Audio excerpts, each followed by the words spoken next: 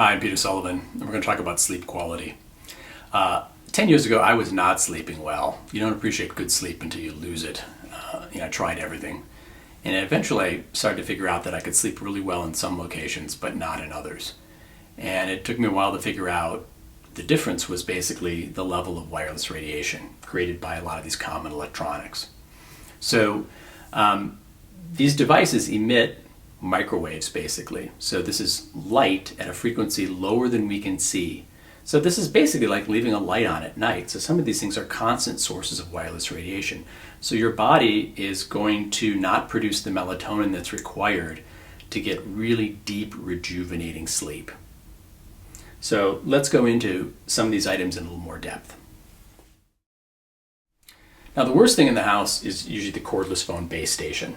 So not even the phone itself, but the base station. So the larger unit, not the small recharging units, but this one that sometimes has a voicemail on it. So this is like a mini cell tower in the house. So it's blaring in all directions. And it's going to reach your entire house and go outside of your house.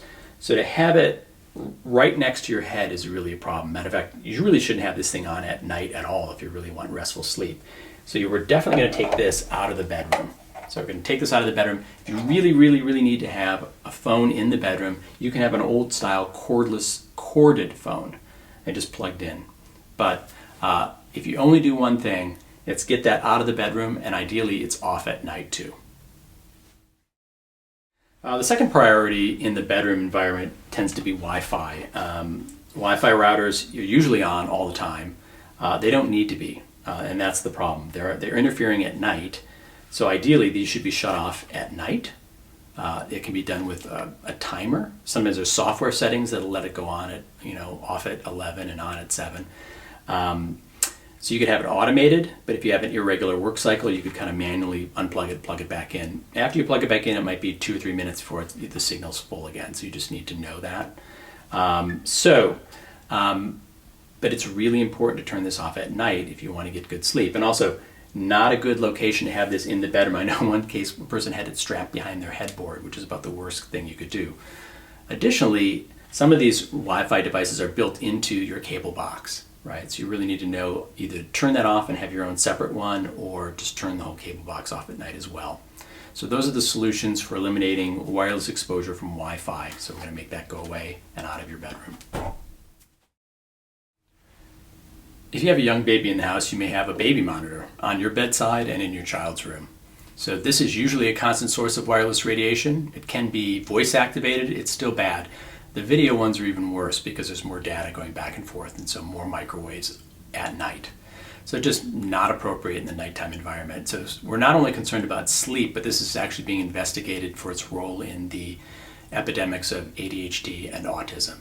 So for now, until this is all proven safe, we're going to not use these, and we're just going to use our ears. So very frequently now, cell phones are in the bedroom, and sometimes either on the nightstand charging or under the pillow. And we've assumed these were safe, and this is something you would do if you thought it was safe. But I think we know a little bit better now that these are constant sources of wireless and microwave exposure, and they're right next to your head. And even the electrical noise from the charging from the wall is going to be brought up closer to your head. So this is not an ideal scenario, and so we want to make this we want to get this out of the bedroom. I like an electronic-free zone in the bedroom, but some people legitimately need this as an alarm clock at night. Now, you can use a battery-powered alarm clock, but if you want to use this as an alarm clock at night, what you do is you make sure it's in airplane mode, and Wi-Fi is off, and Bluetooth is off. And then it's plugged in on the other side of the room, so give yourself a little bit of space and distance, and then you'll be pretty safe and sleep well. For a lot of people, the bedside reading has gone from a physical book to an electronic reader or an iPad. Now, when these are off at night, just because the screen is off, just because you've pressed this button and the screen goes off, doesn't mean it's actually off. It's just the screen is off. So you're still wirelessly connecting to the server or to your Wi-Fi. So seems innocuous, it's not. So this needs to go into airplane mode with Wi-Fi and Bluetooth off, or it needs to leave the bedroom entirely.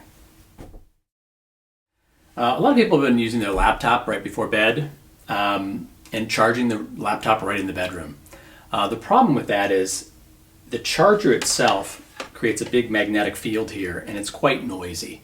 And when that's plugged into this circuit, which your head is right next to, you're getting exposed to these little bursts of noise. So it's best if you charge this outside of your bedroom, maybe in your office or in another room, but not in the bedroom. I hope everyone's had one of those really deep, healthy nights of sleep where you just feel like you can take on the world and do anything. We've created now an electronic-free zone, so this is not random. We want to be able to have those nights of sleep, not randomly, but consistently. What would happen if you consistently had sleep like that every night? I hope that happens to you. Thanks for watching this video.